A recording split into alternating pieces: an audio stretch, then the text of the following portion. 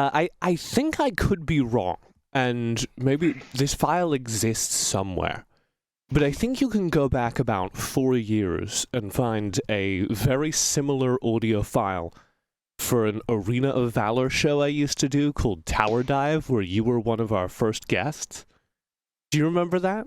A little bit. That was a long time ago now. Yeah, man, that's crazy. You've known me since I was 17, if you count the early ESL tournaments we did for Arena of Valor. Do you think I've gotten more or less insufferable during that time? I think you're about the same. You still have the same style of jokes that you like. Very, very clever answer, Rest. I expect nothing less from you. But of course, in that scene, that podcast we did with you because you had just won Valor Series Season 1. You're a 2-time North American champion on the mobile esports stage. And one of the first, Vainglory counts, but they didn't have global competition in the same way. You were one of the first North Americans to represent the West on a mobile esports stage. Has that changed? What was that like to go to those first international competitions? Those competitions, it was always fun to go to. It kind of sucked because we could never bring our full team to them, but it was also a really good learning experience because I remember whenever I went to those tournaments and then when I would come back and play ranked tier, I was just like, man, NA is terrible at this game. And then slowly I started making those mistakes too because no one would punish me anymore, and then you just get back into the same cycle. But it's always fun to go over there and play because you get to level up your own gameplay a lot because you get punished more. What made you decide to come back? Because I know for a while, in between Arena of Valor and Wild Rift, we had a couple of chats where you were like, I'm done. I'm stepping away from esports. Well, after Season 2 in Arena of Valor, I went to like a boot camp for software engineers. And so I've been a software engineer for the last 3 years now, full time. And then I grew up playing League of Legends. So when Wild Rift came out, I was like, oh, I want to do this. And I actually had orgs reach out to me, and one of them signed me before the game came out. So I was getting paid before it came out, which was pretty cool. But then my wife is just super supportive of it. So that helps me a lot as well. And I was like, let's go ahead and do it. Then you made it. You've qualified internationally to be the second seat out of North America for Icons. I believe you're flying out like in a week, less than that?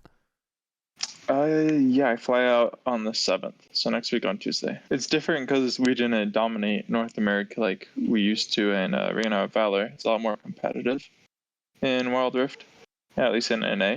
Mm-hmm.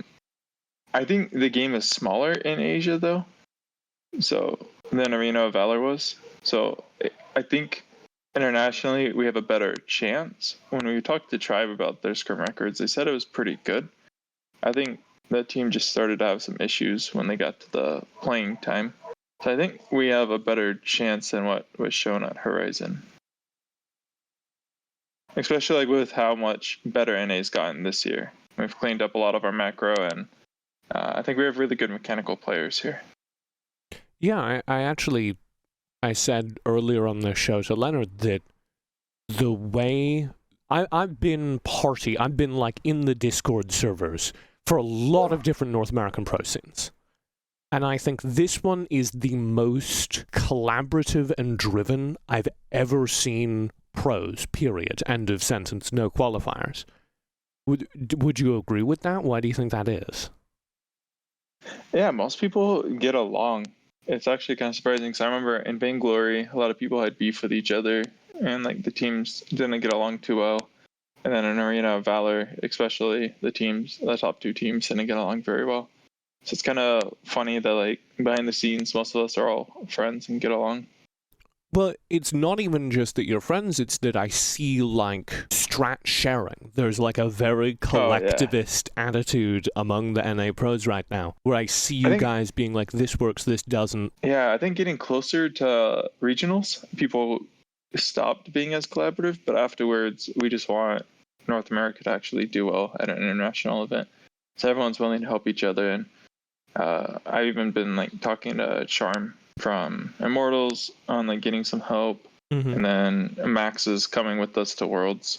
and he's been helping our laning phase a ton. And it's crazy how much we've improved in just a few weeks when we've been able to get more advice from other people. That's really cool, and I don't think I've seen that like mentality of North America needs to succeed more so than the individual teams before. Yeah, that is pretty cool. I don't think I've ever seen it like this either. I was talking to some of the European players, and they were like, that sounds really nice. I wish that was going on. I wish we had a pug server that was relatively active. That servers, the games are kind of different now. They used to be high quality. I think they're not as good anymore. But yeah. I'm glad I drew some soft flame out for you.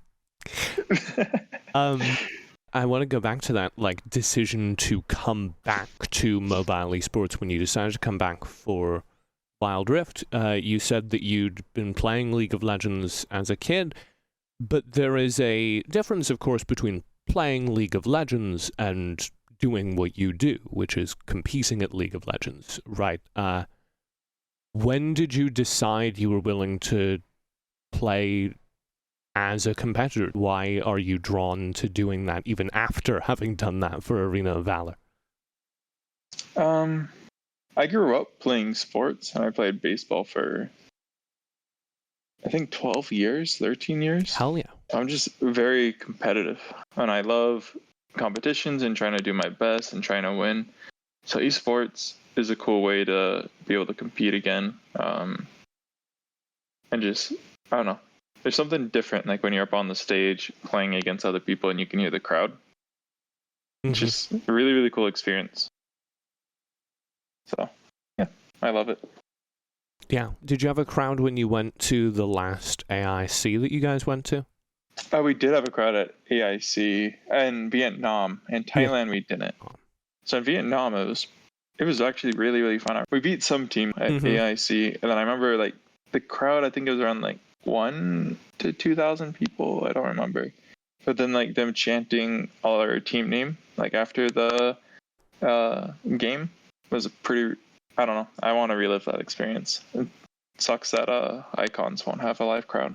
But you did have one for WNS finals. We had them all in Minnesota. Mm-hmm. And that was your first live event as a AD carry. That was the first time you played on the stage in that new role. What's that like? That must be terrifying, right? To have those different responsibilities.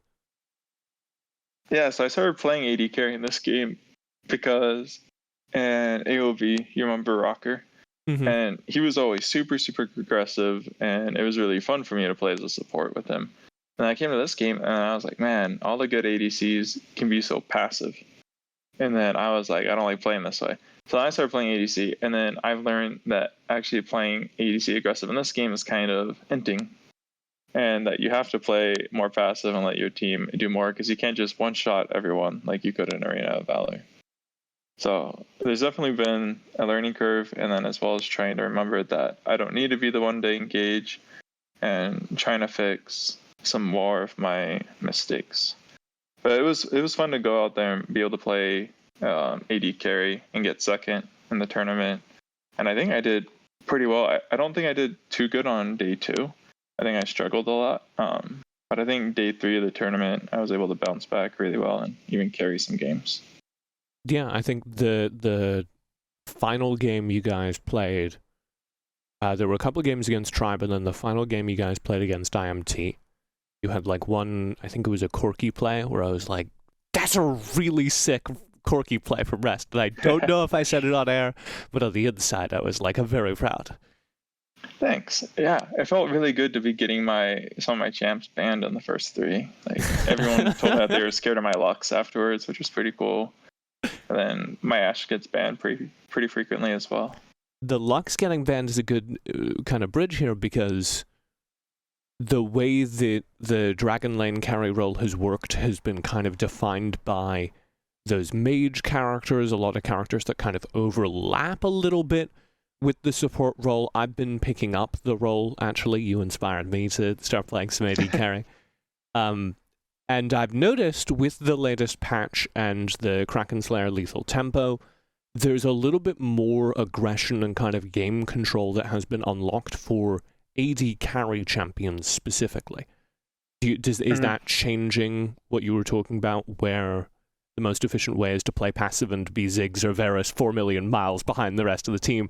I don't feel like that's as powerful anymore. I still think it's pretty good, and from what I've heard, that's still what the Asian teams are running in their scrims, is the APCs or the safer ADCs. Mm-hmm. I still think like you could always run Lucian, you could always run a more aggressive ADC like Kai said too. Like I think those people are still strong, and if you play them well, it's fine. But I think from what I've seen in VODs of other regions, when people pick Lucian or even in our scrims, is like it's kind of like a double-edged sword. Like Lucian, people tend to end a lot with him. Yeah. You like kind of get ahead from the laning phase, and then you're feeling yourself, and then just one wrong dash, and then you like can throw the whole game for your team. So you're staying away from the Jackie Love impression for now? Yeah, I don't know. Like, yeah, I do think ADCs are stronger, and that we'll see them for sure at Icons this year. But I still think that playing APCs and more utility-styled bot laners will be really, really strong. Let's touch briefly on Icons.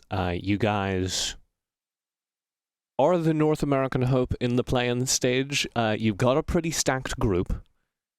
There are no good groups except for the ones EU gets drafted into. What do you kind of think of the international competition? Because there's like multiple stages. I have two big questions coming into Icons. Question one is, can anyone beat WRL China? Question two is, who is the best Western region, and can they take games off of the Asian team? So for our group, we didn't get China in it, so I think we have the best group.